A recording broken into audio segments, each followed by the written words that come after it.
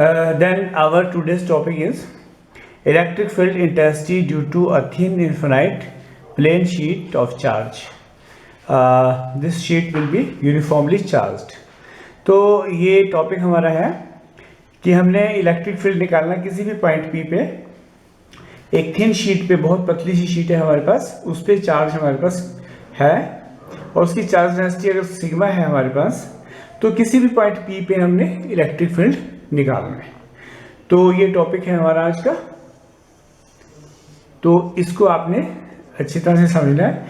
देखो ये टॉपिक हम कैसे निकालते हैं, हम एक क्लोज सरफेस लेते हैं, कोई भी क्लोज सरफेस लेकर उसमें से जो फ्लक्स निकलता है उसकी वैल्यू निकालते हैं, फाई की वैल्यू निकाल लेते हैं।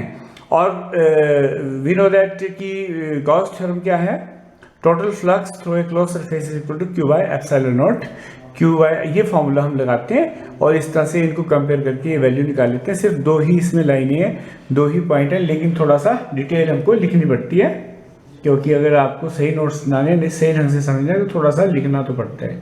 तो ये सारे ही क्वेश्चन ऐसे होते हैं, सारे ही टॉपिक्स इस तरह से होते हैं ये। तो इसमें क्या है, consider a thin plane sheet of charge density sigma, एक thin plane sheet sigma density की है शीट आपने कंसीडर करनी है, ठीक है।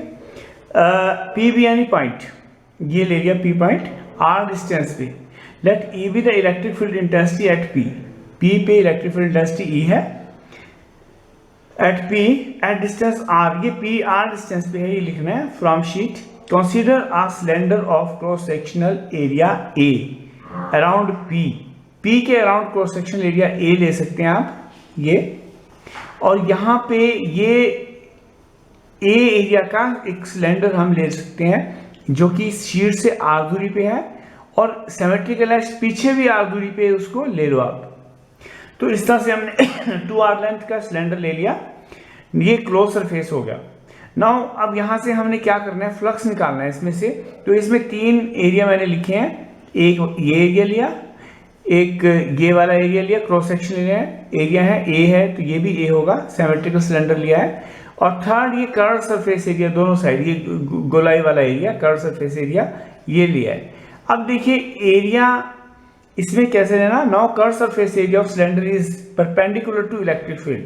अभी इलेक्ट्रिक फील्ड लाइन कहाँ से निकलेंगी, क्योंकि ये शीट है, शीट से इस साइड जाएगा इलेक्ट्रिक फील्ड, शीट से इस साइड जाएगा इलेक्ट्रिक फील्ड, दोनों साइड जाएगा, इस साइड जाएगा, लेकिन ऊपर को नहीं जाता क्योंकि शीट की मोटाई नहीं होती, क्योंकि थिन शीट ली है हमने, बहुत प्लेन शीट ली है। तो इस तरह से इलेक्ट्रिक फील्ड, ये कर्व सरफेस का एरिया का डायरेक्शन ऊपर होगा तो इसको नॉर्मल हो जाएगा, ये कर्व सरफेस एरिया की डायरेक्शन ये होगी, इसको हमेशा ये नॉर्मल होगा। Then we can say that, और यहाँ से और यहाँ से दोनों ये एरिया, ये वन का एरिया, सेक्शन वन का एरिया एंड सेकंड सेक्शन का एरिया इसके पैरेलल, इलेक्ट्रिक फील्ड के पैरेलल होगा। तो आपने लिख लेना, curve surface area of cylinder is perpendicular to electric field intensity, therefore no flux pass through it, इससे कोई भी फ्लक्स फाई जीरो पास होगा, कोई भी फ्लक्स इससे पास नहीं होगा। देन व्हाट विल हैपन, हम थोड़ा सा और नीचे आते हैं, नो कर्व सरफेस एरिया। तो अब क्या करना है आपने, टोटल फ्लक्स निकालना है लिंक्ड विद द सिलेंडर। तो total flux linked with the cylinder कितना हो जाएगा, जो E is parallel to cross section area P and Q के पास जो एरिया है AA, तो हमने लिखना है flux is equal to E into two dot two A, dot product, आपको फ्लक्स की डेफिनेशन याद होगी, E डॉट टू ए।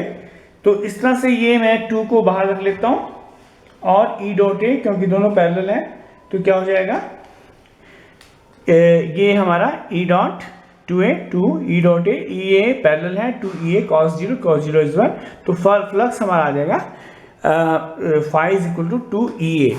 तो अब आप क्या कर सकते हैं, आप गॉस थ्योरम आप यूज कर सकते हैं, you can use the Gauss theorem. मैं यहाँ पे गॉस थ्योरम लगाता हूँ।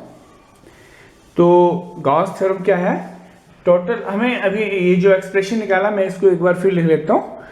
क्या है एक्सप्रेशन, क्या निकाला हमने, phi is equal to 2 E A, ये क्योंकि ये फ्लक्स है और ये Gauss theorem, according to Gauss theorem,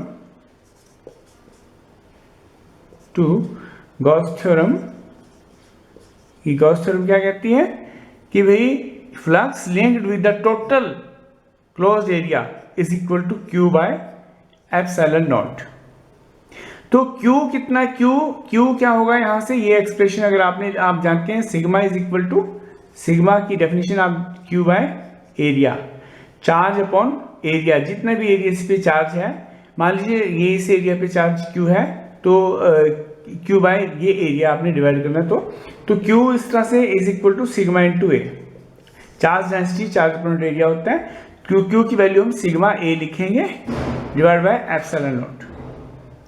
ठीक है, तो इस तरह से ये इक्वेशन 1 को इक्वेशन 2 से आप कंपेयर करेंगे, क्योंकि दोनों ही फ्लक्स हैं, फाई है, ये भी फाई है, तो 2EA कंपेयरिंग या putting the value equation 1 and 2, तो 2EA is equal to sigma A by epsilon naught, हमारा ए कॉमन हो गया, हमने कॉमन कर दिया, E is equal to sigma by 2 epsilon not.